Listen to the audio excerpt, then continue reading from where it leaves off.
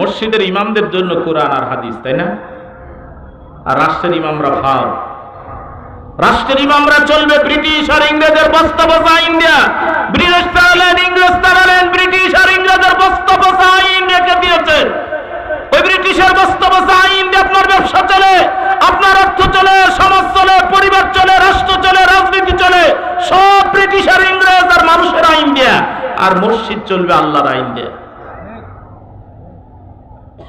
আল্লাহ খুশি, তার শয়তানও খুশি।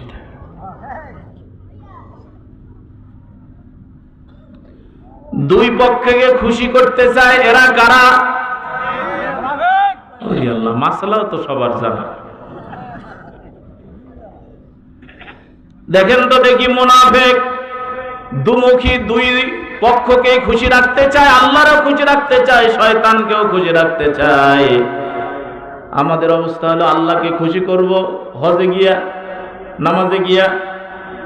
হজে গিয়া আমরা সাদা কাপড় পরে মিথ্যা অভিনয় করে আরাফার ময়দানে দাঁড়ায়া লক্ষ লক্ষ হাজির সামনে, ফেরেশতার সামনে দাঁড়ায় বলছে, আল্লাহ যেগুলো হাজী সাহেব সাক্ষী, তোমার ফেরেশতাদের সাক্ষী, আরাফার এই ময়দানকে আমি সাক্ষী রেখে বলছি, ইন্নাল হামদা ওয়ান নি'মাতা লাকা ওয়াল মুলক, সমস্ত প্রশংসার মালিক তুমি, সমস্ত নিয়ামতের মালিক তুমি, লাকা ওয়াল মুলক, সমস্ত ক্ষমতার মালিক তুমি।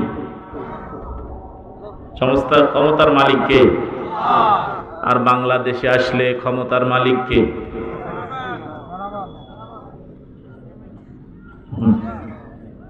এবার বুঝতে পারছেন? হজ আসে না গেছে? এই আরব সাগর পার হবে, জেদ্দায় পার হবে না। আল্লাহর নবী বললেন, তোমার ইবাদত আল্লাহর কাছে তো দূরের কথা, আসমানে যাবে না, আসমানে তো দূরের কথা, তোমার মাথার উপরে উঠবে না।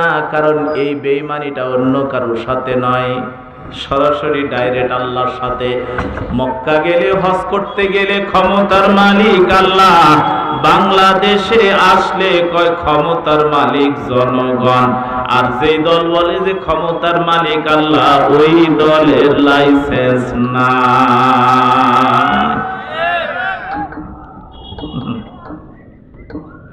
মনে করছেন এই জুব্বা মাপে কাম হবে? তাহলে তো আমরা আগে থাকতাম।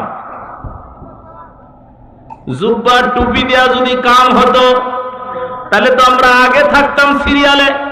লা ইয়ানজুরু ইলা সুওয়ারিকুম, আল্লাহর নবী বললেন, ও বললা, তোমার জুব্বা মাপে কাম হবে না। ওয়ালাকিন ইয়ানজুরু ইলা কুলুবিকুম ওয়া আমালিকুম, আল্লাহ তোমার অন্তর দেখবেন, তোমার আমল দেখবেন, কামটা কি করলা।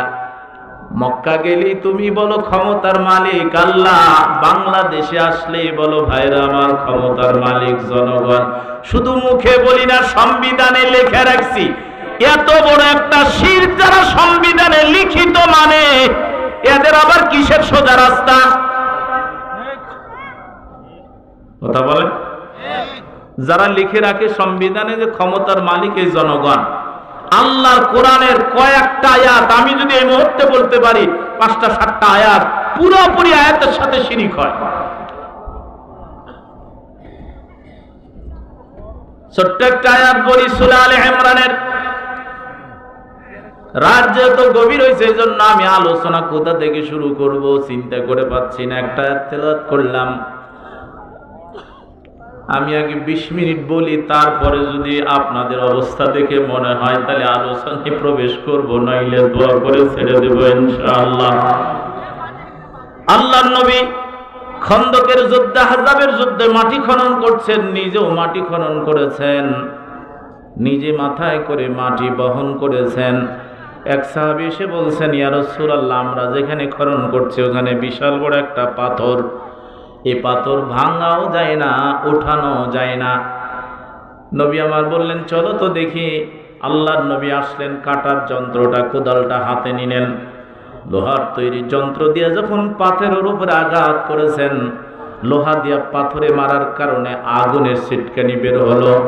আল্লাহর নবী বললেন, আমার সাহাবীরা, এই যে আগুন বের হলো, আলো বের হলো, গোটা রোমের সাম্রাজ্য আল্লাহ আমাকে রাজধানী দেখালেন।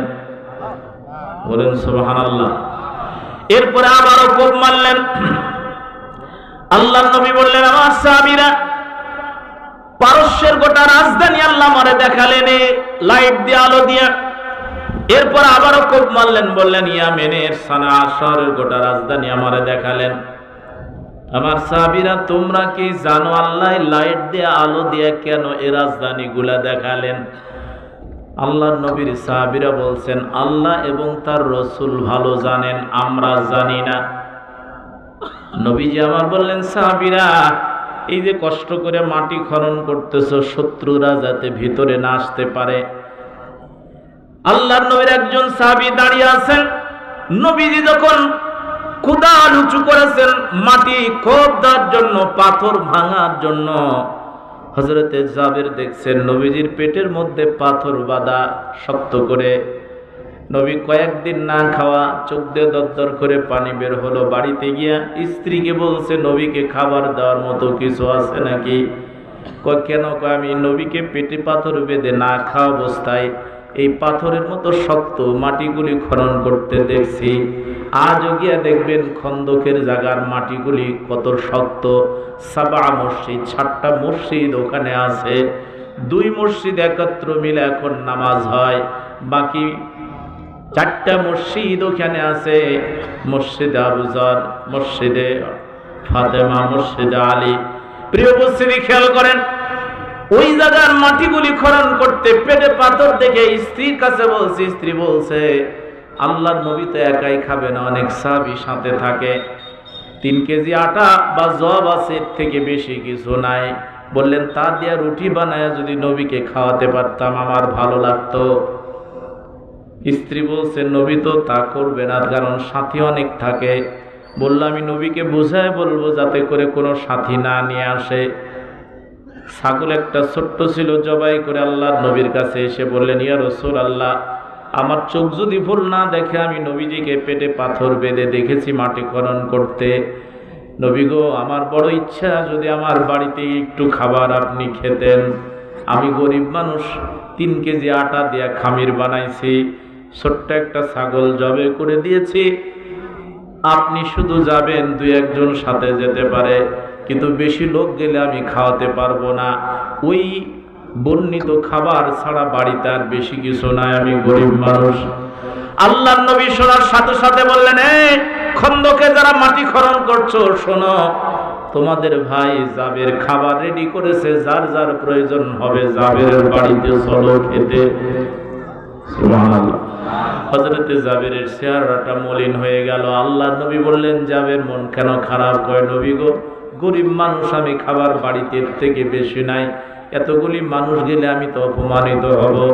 আমার নবী বলছেন, আবু জার চলে যাও, তুমি তে বাড়িতে গিয়া তোমার স্ত্রীকে বলবা খামিরটা আমি না আসা পর্যন্ত চুলাতে রুটি বানাবে না, আমি না আসা পর্যন্ত গোস্তের বাটি নামাবা না, গোস্তটা পরিবেশন করবা না।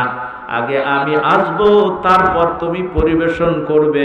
তোমার অল্প খাবার দিয়া এই সব সাহাবীদের আল্লাহ খাওয়ানোর ব্যবস্থা করে দিবেন। পড়ুন সুবহানাল্লাহ। হযরতে জাবের চোখের পানি মুছতে মুছতে বাড়িতে গিয়ে বললেন, নবী আমাকে বলেছেন 3 কেজি আটা দিয়ে কয়েকশো লোকের খাবার হবে। সুবহানাল্লাহ। বললেন, নবী যদি বলেন তা সম্ভব, তবে কি বলেছেন? কয়, তোমার এই খামির বানায় রেখে দিতে বলছেন, আর চুলার মধ্যে গোস্তটা রেখে দিতে বলছেন নবী না আসা পর্যন্ত। আমার প্রিয় উপস্থিতি, আল্লাহর নবী এই যে বললেন যে এই আলু দিয়া রোম পারস্য এগুলা রাজধানী আমারে দেখালেন, কেন দেখালেন? আল্লাহর নবীর সাহাবীরা বললেন, আল্লাহ এবং আল্লাহর রাসূল জানেন। নবী বললেন, আমার সাহাবীরা কষ্ট বেশি দিন নাই, না খেয়ে কষ্ট করে মাটি খনন করছো, বেশি সময় লাগবে না। রোম, পারস্য, ইয়ামেন সহ এই বড় বড় শহরগুলি, দেশগুলি বিজয় করে আল্লাহ আমাদের হাতে তুলে দিবেন। জোরে জোরে বলুন সুবহানাল্লাহ। সাহাবীরা বলছেন, ইয়া রাসূলুল্লাহ, আমরা কি সবাইকে কথাটা বলে দিব? বলো, সমস্যা কি? সাহাবীরা খুশি হলেন, আল্লাহর নবী তো মিথ্যে বলেন না, তার মানে অল্প দিনে আমরা বিজয় হব। এই দেশগুলি আমাদের দখলে আসবে। প্লিজ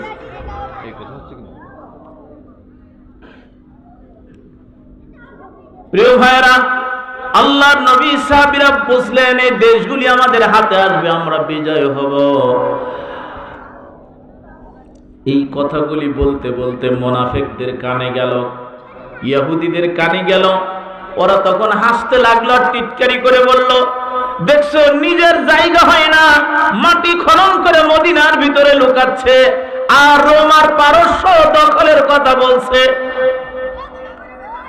এই কথা যখন ওরা বলল, তখন আল্লাহ সূরা আলে ইমরানের একটা আয়াত, 26 নম্বর আয়াত আমার রব নাজিল করে ওই মদিনা সহ তখন গোটা পৃথিবীর মানুষকে শোনাবার জন্য কোরআনে রেখে দিয়ে বললেন, ঘোষণা দাও নবী, কুলিল্লাহুম্মা মালিকাল মুলকি তুতিল মুলকা মান তাশাউ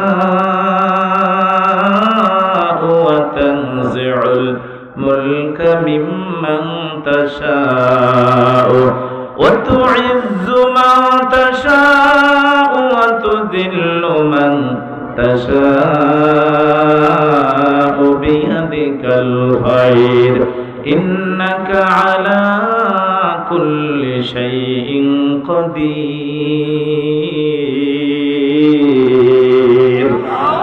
হে নবী, আপনি ঘোষণা করে দিয়ে বলে দেন, জানায় দেন, ক্ষমতার মালিক কে? একটু আওয়াজ দিয়ে বলতে হবে, সকল ক্ষমতার মালিক কে? আন্নাল কুওয়াতা লিল্লাহি জামিআ।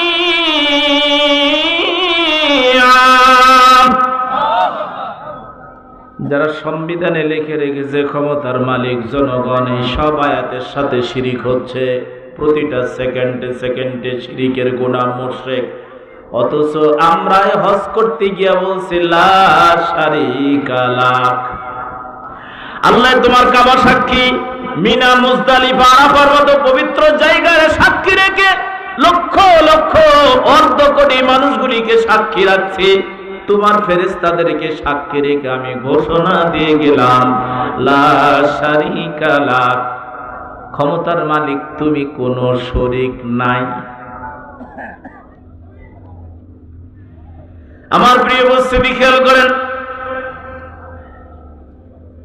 আল্লাহ রাব্বুল আলামিন, আমি যে আয়াতখানা বলতে গেলাম, আল্লাহ বললেন যারা আমার আইন মানতে চাই না, আমার আয়াত, আমার ইসলাম, শান্তি, এটা ভুলে গিয়া নিজেরা স্বার্থ সিদ্ধির জন্য ইহুদি খ্রিস্টানদের মতো করে নিজেরা পছন্দ মতো আইন তৈরি করে চলবে। কারণ এরা দুনিয়ার সুযোগ সুবিধা চায়, নিজেরা যেটা সুবিধা হবে সেই আইন মানবে। কিন্তু আল্লাহর কিতাবের আইন মানলে তো সবার সুবিধার দিকে তাকানো লাগবে।